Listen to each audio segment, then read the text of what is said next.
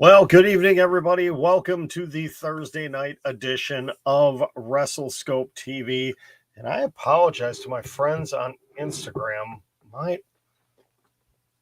That light is awful tonight. I got to figure this out. Hang on. I may end up having to switch iPad locations tonight. There we go. We're going to have to move it. Yep. Oh, dear. And the iPad just went down. Hang on a second, everybody. John's trying to get things fixed here in the studio real quick. That's a little bit better. All right. Well, we're going to have everything in one spot. Boy, the lighting for Instagram is just terrible tonight. I don't know what is going on. Let's try that. Nope, that didn't help either. All right. Good evening, everybody. Welcome to the show. And unfortunately, hey, Lucas, it appears that we have yet another injury in AEW that is affecting one of the matches for Forbidden Door this coming Sunday. Tomohiro Ishii suffered a knee injury in his qualifying match, and he has been replaced now by Clark Connors, who will now be in the four-way match for the All Atlantic Championship. So no Tomohiro Ishii at Forbidden Door, which is very disappointing. I was really looking forward to seeing him in there with Miro. I thought they would have had some really awesome interactions, and now we don't get to see that. Obviously, CM Punk is out. Kenny Omega's out. The injury bug is really hitting the wrestling world hard right now, and I'm not quite sure what the heck is going on. I mean, we have the list. It's just literally a laundry list right now of talent that is out, and it's crazy. It really is crazy, and I'm hoping, coming out of Dynamite and the Rampage tapings last night, there was a couple of guys that looked like they got banged up a little bit. Trent Beretta is definitely one that I'm concerned about, because he looked like he hurt his knee early on in that trios match and never really recovered from it. I have not seen any reports of if it's a legit knee injury or not, but I'm concerned about that one. Yeah, it's really scary right now what is happening in the world of wrestling. I mean, you have it happening in every organization. Every organization is getting hit hard with these right now. But obviously, AEW and WWE being, excuse me, being the two biggies.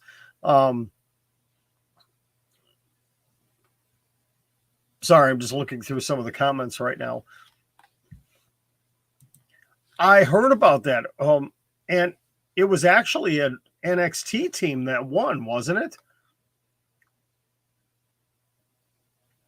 It was an NXT team that came over to challenge, wasn't it? Louis, that's okay. It was a very late stream for me last night. I didn't get home until, good grief, it was probably about 11:15, 11:30 local time here. So it would have been 5:30 in the morning for you. Yeah, Marcus, there's something going on with the lights behind me tonight. I'm not sure what's happening tonight. Why it's goofy. So that's why I had to change the view of the camera and everything. Let's see. So which team was it, Lucas?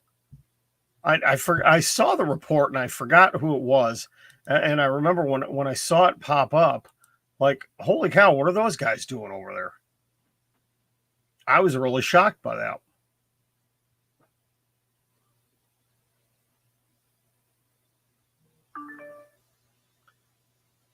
Sorry, I got to get off of Twitter because everybody's talking about the NBA draft right now, and I don't really care about that. Oh.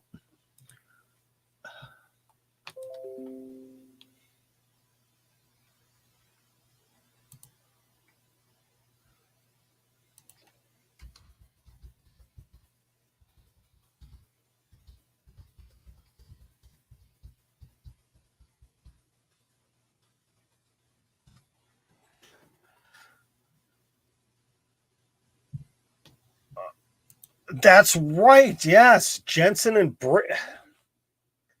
that's really surprising that Jensen and Briggs are the new NXT UK Tag Team Champions. I don't get that one. I apologize for all that. Let me turn down at least turn down that what.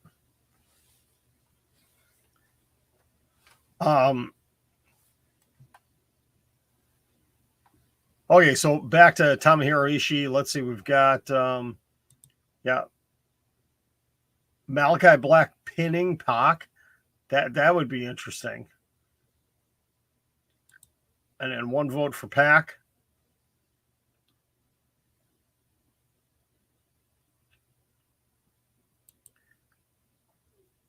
Yeah, I get in a way. I guess it makes sense because NXT here, the NXT 2.0 has been taped the last couple of weeks, so I think that's why they were able to go to NXT UK because even though was it Jensen? Yeah, Jensen just had that match against Von Wagner on Tuesday night. Which, how soon until that guy gets called up? Because, as long as Vince is in control of creative, hey, I like that big Von Wagner guy. We need to change his name, but I like that guy.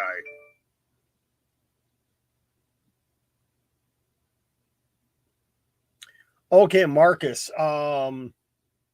Since we're talking about injuries, Marcus on Instagram is saying he found from a wrestling page on Instagram that Randy Orton has been fully retired because of his injury. I have not seen any reports of him fully retiring. The only thing that I have seen is he was going to undergo some sort of a surgery for his back, and he would be out for the remainder of 2022. I have not seen anything about retirement from him. And I highly doubt, with it being, good grief, only a week since he reportedly had this surgery or whatever procedure it was, that he would be retiring. Unless something really went bad with the procedure, which again, I believe, Marcus, let's put it this way.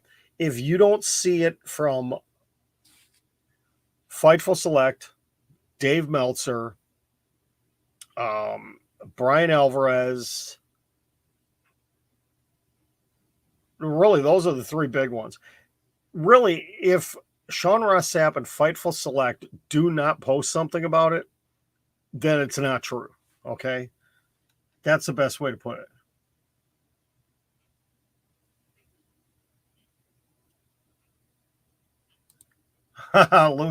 So Chris Van Vliet ended up talking to Randy's wife. Okay.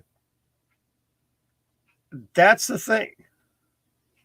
Wait, McAfee was reporting it? No.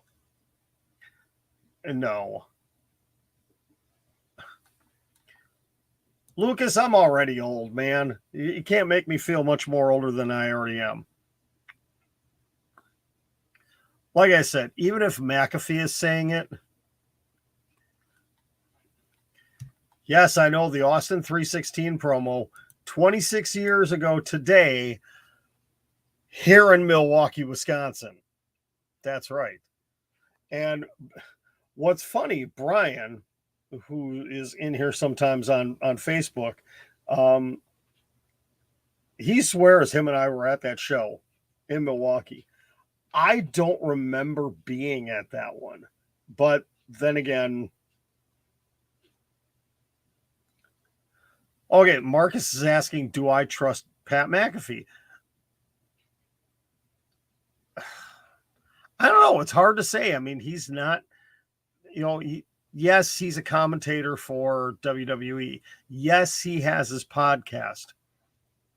But I don't know why he would be going out and talking about Randy Orton's situation when nobody else is right now. like I said, if Randy Orton were retiring, like I said, Sean Ross Sapp, Dave Meltzer, um, everybody, Raj Giri, everybody would have been all over this.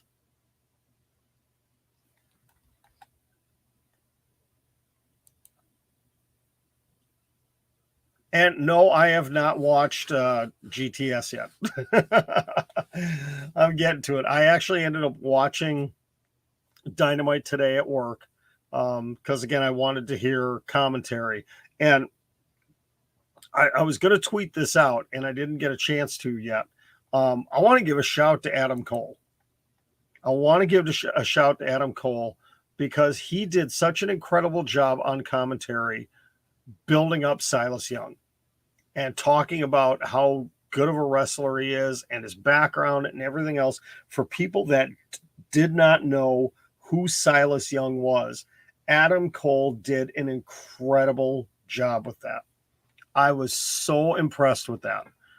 Just hearing how much he talked him up. And obviously they had, they both had lengthy runs in Ring of Honor.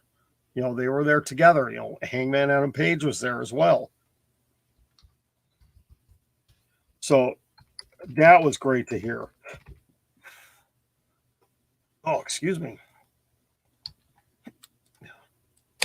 Hopefully that's not the only appearance we will see of Silas Young in AEW/ROH. I would love to see him back in there again. It's always great to see a Milwaukee guy in there, doing good things. I mean, we've got both Silas Young and Tommaso Ciampa. So it was great to see that.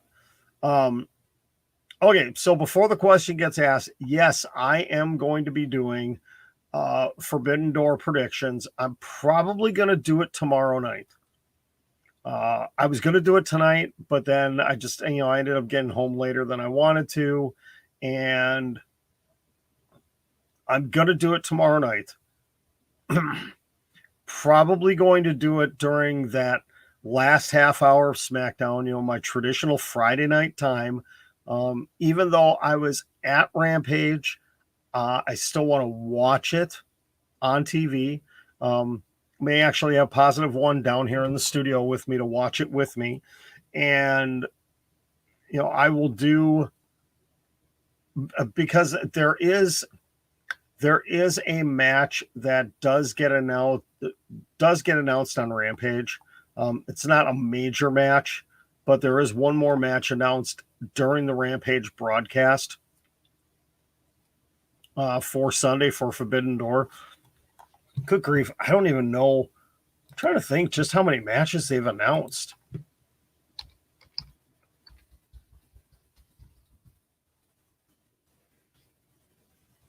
Let's take a look here.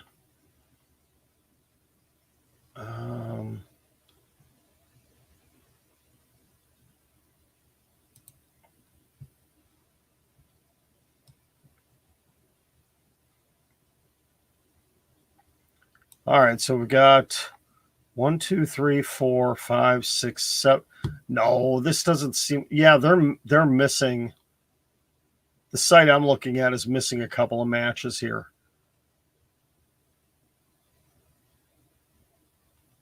Yeah, what am I on? Never even heard of this website before. 9 in a buy-in match.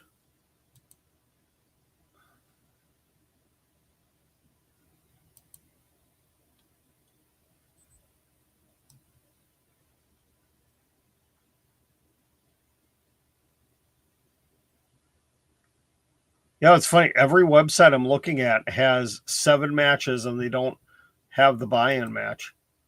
There's got to be somebody that's got the updated.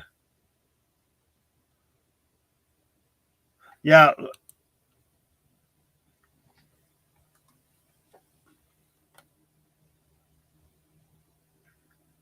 That's going to be a tough one because people aren't going to know who these LA Dojo guys are. I mean, DKC has a match tomorrow night on Rampage. DKC is in action against Hook.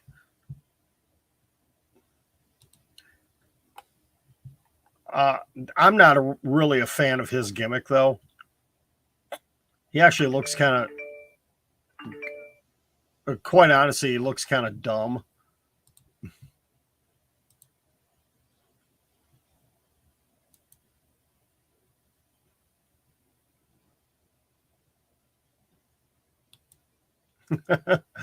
Yeah, Lucas, I've seen that one before.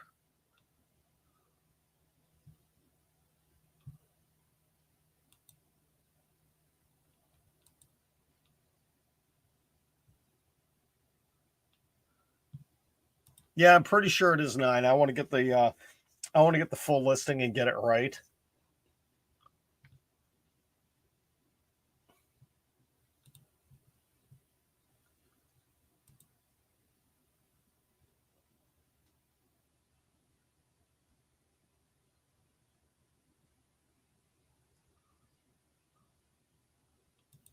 Okay, my Instagram is acting really wonky all of a sudden.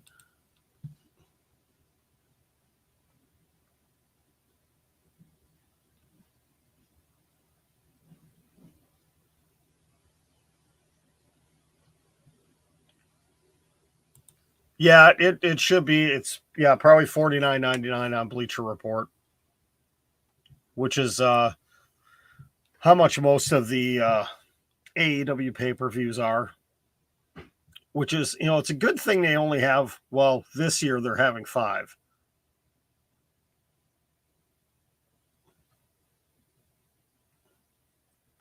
I'll tell you, I am going to have a hard time predicting some of these matches because when you've got 2 companies and shut up, Louie. When you've got 2 different companies, 2 different bookers, it's I'm sure there's politicking going on with certain things. We're obviously going to see one title change for sure in that triple threat match between FTR, Roppongi Vice, and United Empire. We're definitely going to see one title change hands there. We know that. We are going to get the new, or the very first All-Atlantic champion, which, if I were booking it, it would be Miro. It would be Miro for sure. I think we might see a couple of changes. I think the only one that is pretty much guaranteed not to change is the IWGP United States Championship. I think Will Ospreay is going to retain. But all the other championships, well, obviously we're going to crown an interim champion, interim AEW World Champion. But don't be surprised if Thunder Rosa loses. Do not be surprised if Jay White drops the belt. Though, I'll say this now. What happens in that 4-way for the IWGP World Heavyweight Championship match, whatever direction that goes, will determine who wins the interim AEW World Championship match. I will just say that, and I'll elaborate more on that tomorrow night, what I mean.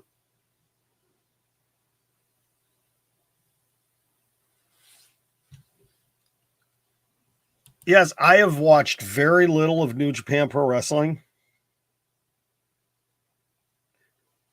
Marcus is watching WWE on Facebook, and they're replaying a match between John Cena and Goldust. That's interesting.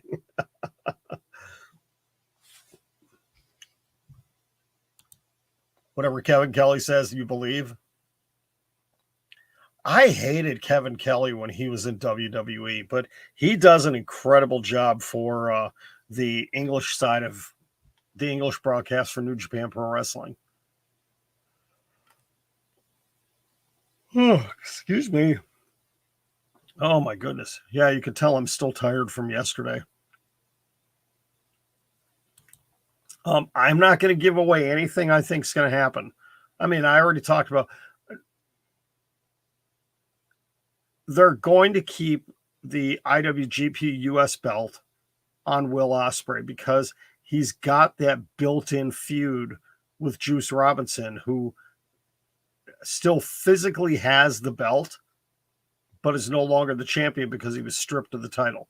It makes no sense to put the belt on Orange Cassidy. But all the other matches, I would not be shocked if Hiroshi Tanahashi defeated Jon Moxley. Because if CM Punk is able to make it back in time for all out, I always get confused. Is it all out or all in? No, it's all out. If AEW really believes he'll be back in time for that, that's going to be the main event then. It would be Tanahashi versus CM Punk to unify the titles. You finally get that dream match right there between those two. And okay, I'm getting into what I'm going to talk about tomorrow night, so I don't want to go into any more of it. I'm going to have some details on some things here. I'm really going to have some details. And actually, you know what? I do need to print up the card because I need to have Positive One make his predictions. Keep in mind, he's been doing pretty good. I mean, he struggled at what was it, Hell in a Cell? Yeah, he struggled at Hell in a Cell, but he was perfect at NXT in Your House. He was absolutely perfect in that one. So, all right, just because my voice, you can tell my voice is still not 100%. I need to go rest it up. So this is going to be a shorter stream tonight, but I will be on tomorrow night, 8:30 Central Time, the last half hour of SmackDown. We'll be on with predictions if I can get everything printed off right away. Otherwise, it's going to be Saturday, but I'd rather do it tomorrow night leading into Rampage. I will not broadcast during Rampage. I fervently refuse to live stream during AEW programming because I want to watch it without talking and, have the volume up and everything. So have a good night, everybody. Thank you for tuning in. Instagram, I'm going to see if I can get this whole lighting situation figured out because I'm really annoyed with this right now. But get ready with your predictions tomorrow night. We'll talk through them tomorrow night. And then Sunday night, we will see, depending on how late the show goes. I may come on after Forbidden Door on Sunday night, and we'll get immediate reactions to the show. I'm really looking forward to it. I think for the most part, it's going to be a great show. There's a couple of matches in there that I could do without, but we shall see. All right. Have a great night, everybody. I will talk to you tomorrow. It will be day number 115 in a row tomorrow. So hop on board. We will talk to you tomorrow.